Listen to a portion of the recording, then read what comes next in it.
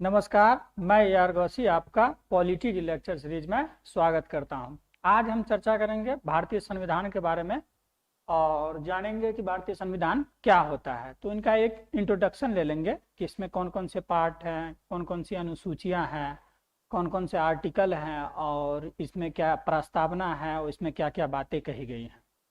तो इससे पहले हम समझते हैं कि संविधान होता क्या है और संविधान में क्या क्या बातें हैं और कौन सी बातें हैं, संविधान कैसे बना। तो इसको आप एक एग्जाम्पल के थ्रू समझ सकते हैं कि जैसे मान लीजिए ये लोगों का क्या है, ग्रुप है। ये भारत के विभिन्न क्षेत्र से, एरिया से, यहाँ से लेकर के उत्तर में जम्मू कश्मीर से लेकर के दक्षिण में तमिलनाडु और पूर्व में गुजरात, पश्चिम में गुजरात से लेकर के पूर्व में अरुणाचल प्रदेश तक विभिन्न समूह के लोग हैं। अब ये लोग एक साथ रहें, एक साथ इन लोगों के रहने के लिए क्या है, इसमें अलग अलग ग्रुप के, अलग अलग धर्म के, जाति के लोग हैं। किसी की धर्म अलग है, किसी की भाषा अलग है, किसी की जाति अलग है। कुछ लोग पूरा प्राचीन सभ्यता को मानने वाले हैं, पुरातन ख्याल के लोग हैं, मतलब पुराने जमाने के ख्याल के लोग हैं। कुछ इसमें से आधुनिक ख्याल के लोग हैं, उनकी आधुनिक मान्यताएं हैं। कुछ चाहते हैं कि हम मॉडर्न तरीके से रहें। कुछ इसमें से लोग हैं जो ये चाहते हैं कि हम संस्कृति को, सभ्यता को समेट करके रहें। इन सब के बीच आखिर कैसे सहयोग या समन्वय कह लीजिए, या इन लोगों के बीच ऐसी क्या कड़ी हो जो सब एकजुट होकर के रहें। किस क्या होकर के रहें? एकजुट होकर के अपने आप को, मतलब कुछ ऐसा पैरामीटर हो जिसके आधार पर नॉर्थ में जम्मू कश्मीर से लेकर साउथ में कन्याकुमारी तक और वेस्ट में गुजरात से लेकर ईस्ट में अरुणाचल प्रदेश तक के लोग, सभी लोग को एक कॉमन मिनिमम क्या हो, प्रोग्राम की तरह से हो, जिसकी तरह से हम क्या करें, सबकी सहमति हो ताकि हम उस बात को माने।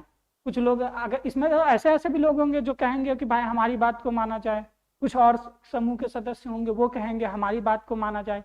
अब किसकी बात को माना जाए, किसकी बात को नहीं माना जाए, उसी का एक खाका जो है ना संविधान में तैयार किया गया है। और सभी की सहमति से क्या किया गया, सभी लोगों की सहमति से जो एक निश्चित बिंदु पर क्या करे, एक निश्चित पॉइंट पर आकर के सहमति व्यक्त कर दे कि ठीक है, हम एक एक ये बात मान रहे हैं और इस बात पे हम लोग सहमत हैं और सबको इसकी जानकारी हो, और सबको क्या हो, इसकी जानकारी हो।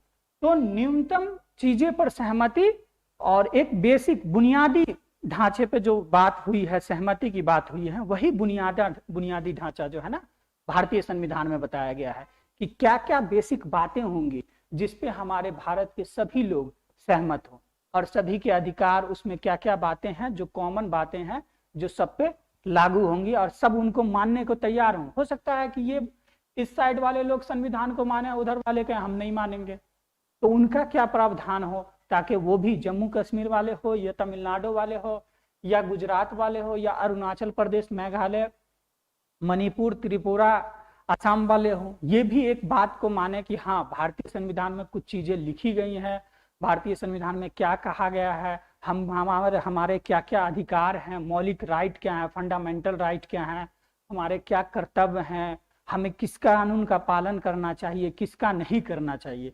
तो एक कॉमन क्या बन गया, साझा मिनिमम प्रोग्राम बन गया कि ठीक है, हम ये कानून बना लेते हैं और हम सब लोग इस कानून को मानेंगे। अब ये कानून बनाएगा कौन? ऐसा तो है नहीं कि सभी लोग मिल करके बनाएंगे, ये तो पॉसिबल है नहीं कि सारे लोग बैठ जाएं एक जगह पे और कोई एक कानून बनाए, ये असंभव सी बात है। ऐसे भी देख लिया जाए तो अभी 125 करोड़ की देश जनसंख्या है हमारे देश की। अब सभी लोग को बैठा करके कानून बनाना असंभव नहीं है। तो इसके लिए क्या है कि भारत में संसदीय व्यवस्था की व्यवस्था की गई है कि संसद कानून बनाएगी। कौन बनाएगी? पार्लियामेंट कानून बनाएगी और वो जनप्रतिनिधि के माध्यम से जो संसद पार्लियामेंट में जाएंगे वो कानून बनाएंगे, और वो जो कानून बनाएंगे उसको हम लोग फॉलो करेंगे। तो कुछ बातें संविधान में लिखी गई है और कुछ बातें जो कानून, जो अभी के हिसाब से कुछ चेंजिंग करने की जरूरत पड़ी तो वो संसद कानून बना के कर देगी चेंज। तो हमारा प्रतिनिधि कौन हो? हमारा जनप्रतिनिधि सांसद हो जो क्या बनाए, कानून बनाए। अब हो सकता है कि ये पार्लियामेंट संसद ऐसा भी तो कर सकती है कि ऐसा कानून बना दे कि कोई एक विशेष वर्ग हो या कोई एक विशेष जाति हो या स्पेशल कोई जाति को या वर्ग को टारगेट करके कानून बना दे कि आप आज से आप बोले नहीं। अब आप आज से क्या करें, किसी एक विशेष धर्म को ही माने, रिलीजन को ही फॉलो करें, आप कोई एक विशेष प्रकार का कपड़ा पहने, आप क्या करें कोई एक विशेष प्रकार की जाति को फॉलो करें, धर्म फॉलो करें और क्या करें सब, मतलब ऐसा करें जो हम कहें, आप अपनी इच्छा से कुछ नहीं करें। इसके लिए भी संविधान में प्रावधान किया गया है। इसके लिए आपको संविधान में फंडामेंटल राइट दिया गया है कि कोई भी संसद हो, ये आपके मूल अधिकार जो फंडामेंटल राइट है उसको न बदल सकती है न उसमें संशोधन कर सकती है। ये पावर दिया गया है।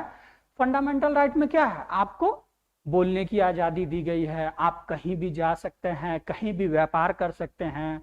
अब बोलने की आजादी का मतलब थोड़ा सा ये समझ लीजिएगा, बोलने की आजादी का ये मतलब नहीं है कि आप किसी को भी गाली दे दें, किसी को भी कुछ कर दें, उस पर रिस्ट्रिक्शन लगाया गया है। मतलब आप बोलिए लेकिन किसी के भी, दूसरे के भी भावना का ख्याल रखते हुए बोलिए, उसी को कहते हैं फंडामेंटल ड्यूटी। कर्तव्य भी हमारा जितना अधिकार है उतना ही हमारा कर्तव्य भी है कि हम ऐसी बात ना करें। अब घूमने की आजादी है तो इसका मतलब ये नहीं कि आप कहीं भी चले जाइए, एक युक्ति युक्त तरीके से मतलब रिस्ट्रिक्शन दिया गया है कि आप कहाँ जा सकते हैं, कहाँ नहीं जा सकते हैं।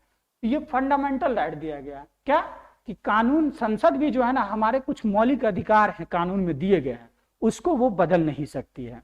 और संविधान में ऐसे कुछ प्रावधान किए गए हैं जिसको संसद चाहे तो अगर उसको बदलने के लिए उसको विशेष बहुमत की जरूरत पड़ती है, और ऐसे चाहे कि सिंपल तरीके से हम बदल दें, कुछ भी कर दें, तो हमारा संविधान इतना भी आसान नहीं है जिसको इतनी आसानी से बदला जा सकता है। तो इसमें कुछ फंडामेंटल है। तो पार्लियामेंट क्या करेगी, उस ग्रुप के लोगों में से कुछ लोग अगर कानून में चेंज करना चाहें तो वह संसद के माध्यम से करेगी। अब क्या होगा, अगर संसद में कोई कानून बना दी, उस पर कुछ विवाद हो जाए तो उस विवाद का निपटारा कौन करेगा, हमारी न्यायपालिका। तो हमारी न्यायपालिका के बारे में भी बताया गया है कि जुडिशियरी के बारे में भी इसमें बताया गया है इंडियन कॉन्स्टिट्यूशन में कि जुडिशियरी के क्या राइट हैं, जुडिशियरी के क्या पावर हैं। कॉन्स्टिट्यूशन में पूरा डिफाइन किया हुआ है कि जुडिशियरी के क्या क्या अधिकार हैं, जुडिशियरी कैसे अपॉइंटमेंट करेगी, कैसे गवर्न करेगी, कैसे चलेगी, उनकी क्या क्या शक्तियां हैं, उनके क्या क्या पावर हैं।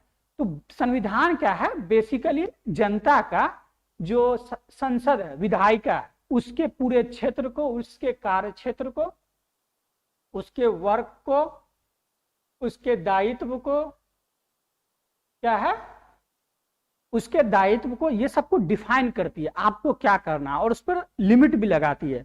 उसके अलावा जनता के अधिकार को भी बताती है कि जनता के क्या क्या अधिकार है। वैसे ही कार्यपालिका, एग्जीक्यूटिव जो है, इसके क्या क्या काम है, इसके क्या क्या अधिकार हैं, इनके बारे में पूरी तरीके से बताती हैं कि राष्ट्रपति हो या प्रधानमंत्री हो या गवर्नर हो, ये सब जितने भी कार्यपालिका के अंग हैं, मिनिस्टर ऑफ काउंसिल हो, जो भी मंत्री परिषद है, उन सब के क्या क्या कार्य हैं, उन सब की क्या क्या शक्तियां हैं, क्या क्या अधिकार हैं, उन सब के बारे में डिफाइन तरीके से संविधान में बता दिया गया है कि सबके अधिकार हैं, सबके कर्तव्य हैं, सबके कर्तव्य अधिकार बटे हुए हैं। पार्लियामेंट के अलग है, एग्जीक्यूटिव के अलग है, जुडिशियरी का जो नियुक्ति का तरीका है, उसमें कौन से सदस्य नियुक्त हो सकते हैं, उनकी क्या क्या शक्ति है, उन सब के बारे में बता दिया गया है भारतीय संविधान में। तो ये भारतीय संविधान में इन तरीके से डिफाइन कर दिया गया हर चीज को, हर सारे चीज का एक बेसिक ढांचा बता दिया गया। अब हम देखते हैं कि भारतीय संविधान में क्या है, कैसे कैसे पार्ट में डिवाइड किया गया, उसका एक क्लासिफिकेशन देख लें हम। जैसे इंडियन कॉन्स्टिट्यूशन को ये पार्ट एक है प्रियम्बल। प्रियम्बल का मतलब होता है प्रस्तावना। प्रस्तावना मतलब क्या है कि भारतीय संविधान में क्या बातें कही गई हैं, उनकी एक मोटी मोटी खाका जो होता है, कहते हैं ना, एक स्केच खींच देना या खांचा खींच देना, वो भारतीय संविधान के प्रियम्बल में खींच दिया गया है। प्रियम्बल में मोटे तौर पर यह कह दिया गया है कि भारतीय संविधान क्या अपेक्षा करता है, उनका दर्शन क्या है, उनकी फिलॉसफी क्या है, सार रूप में, कंसाइज रूप में जिसको कहते हैं कि मतलब छोटे तरीके से आप एक लाइन में लेआउट में बता दीजिए कि इसमें क्या क्या बातें कही गई है। तो इसमें जैसे शुरुआत ही होता है प्रियम्बल से कि हम भारत के लोग, मतलब संविधान जो बना है भारत के लोगों से बना है, भारत के लोगों के द्वारा बना हुआ है। तो इसमें ये कहा गया। उसके बाद उसका नेचर कैसा होगा, संविधान का कैसा नेचर है, समाजवादी, हम भारत के लोग भारत को संपूर्ण प्रभुत्व, संपूर्ण मतलब क्या, सॉवरन, हम अपना निर्णय खुद लेते हैं, डिफाइन कर दिया गया। उसके बाद क्या है, सामाजिक आर्थिक न्याय के आधार पर, धर्म जाति इन सब के आधार पर हम अन्याय नहीं करेंगे, सबको सबके आधार पर समानता मिलेगी। उसके बाद असमानता को दूर किया जाएगा। ये सब मोटी मोटी बातें और बता दी गई है कि हम किस रास्ते पर चलेंगे और हमारा देश किस रास्ते पर चलेगा। ये बातें प्रियम्बल में मोटे मोटे तौर पर बता दी गई है। अब देखते हैं संविधान को जो है ना 22 टोटल संविधान में जो पार्ट है, भाग, वो 1 से लेकर के 22 तक है। ओरिजिनल 1 से लेकर 22 तक भाग है और इससे रिलेटेड सब्जेक्ट है, सब्जेक्ट विषय, मतलब एक भाग में क्या क्या गया है, इनसे रिलेटेड सब्जेक्ट क्या है और इनसे रिलेटेड आर्टिकल क्या है। जैसे भाग 1 में कहा गया है मतलब union, the union of government, union और इसके जो भी टेरिटरी है उसके बारे में बात कही गई है। संविधान जैसे आप एक सिंपल लैंग्वेज से समझ सकते हैं, कोई भी बुक होती है उसके चैप्टर होते हैं कि टोटल कितने चैप्टर हैं, तो उस तरह से आप समझ सकते हैं भाग को एक चैप्टर समझ सकते हैं कि एक चैप्टर में आर्टिकल सब क्या, बस विषय क्या है, यूनियन टेरिटरी है और यूनियन टेरिटरी के बारे में और उसके यूनियन के बारे में, उसके जो भी टेरिटरी है उसके बारे में बताया गया है और उनसे संबंधित जो आर्टिकल है वो तो कौन कौन से आर्टिकल में बताया गया 1 से लेकर के 4 तक। तो ये चैप्टर भाग, उसमें क्या बातें कही गई हैं, तो यूनियन टेरिटरी के बारे में और यूनियन के बारे में और उसके अलावा उनसे संबंधित जो आर्टिकल है वो 1 से 4 तक में।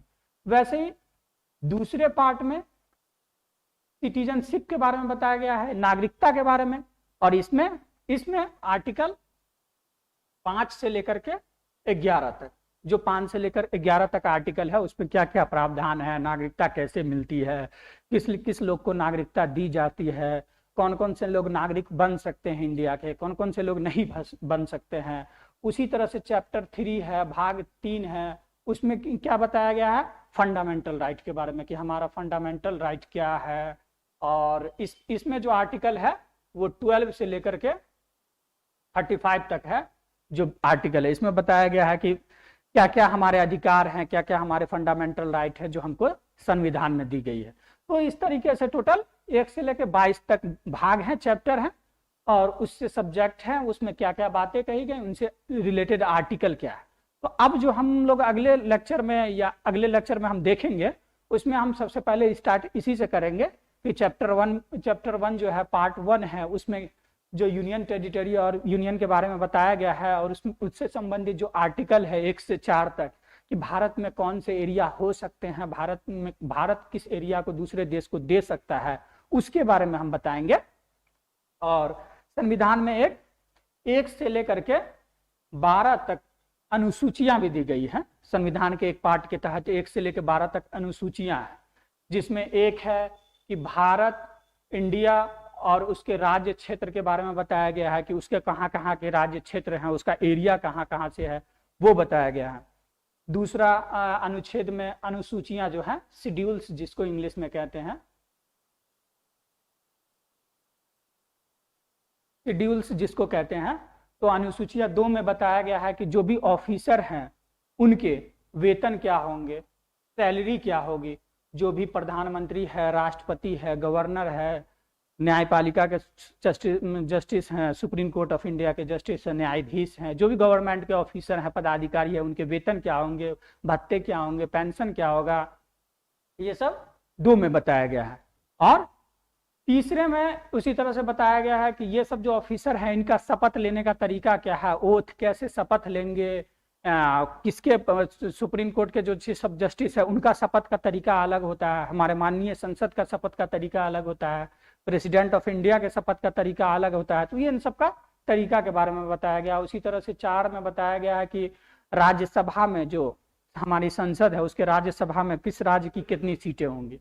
तो इसी तरह के से अनुसूचियां 1 से 14 तक है। मूल संविधान में, ओरिजिनल कॉन्स्टिट्यूशन में 8 अनुसूचियां थी, बाद में संविधान संशोधन करके 4 और अनुसूचियां जोड़ी गई, विभिन्न अलग अलग समय में संविधान का संशोधन करके टोटल 12 अनुसूचियां हैं जो अभी जोड़ी गई है। तो अब हम अगले लेक्चर में इसी के बारे में चर्चा करेंगे कि भाग 1 में क्या बातें आई गई हैं, उनके तहत क्या बात है, और आर्टिकल 1 से 4 में क्या बातें कही गई है। तो हम उम्मीद करते हैं कि ये आपको एक पैराग्राफ या एक फॉर्मल तरीके से जो मैंने समझाया वो आपको अच्छी तरह से समझ में आया होगा। फिर हम आपसे नेक्स्ट लेक्चर में पार्ट 1 के तहत मिलेंगे, जिसमें संविधान से संबंधित जो भी प्रावधान है आर्टिकल में उनके बारे में चर्चा करेंगे। तो फिर हम आपसे नेक्स्ट वीडियो में मिलते हैं, तब तक के लिए धन्यवाद।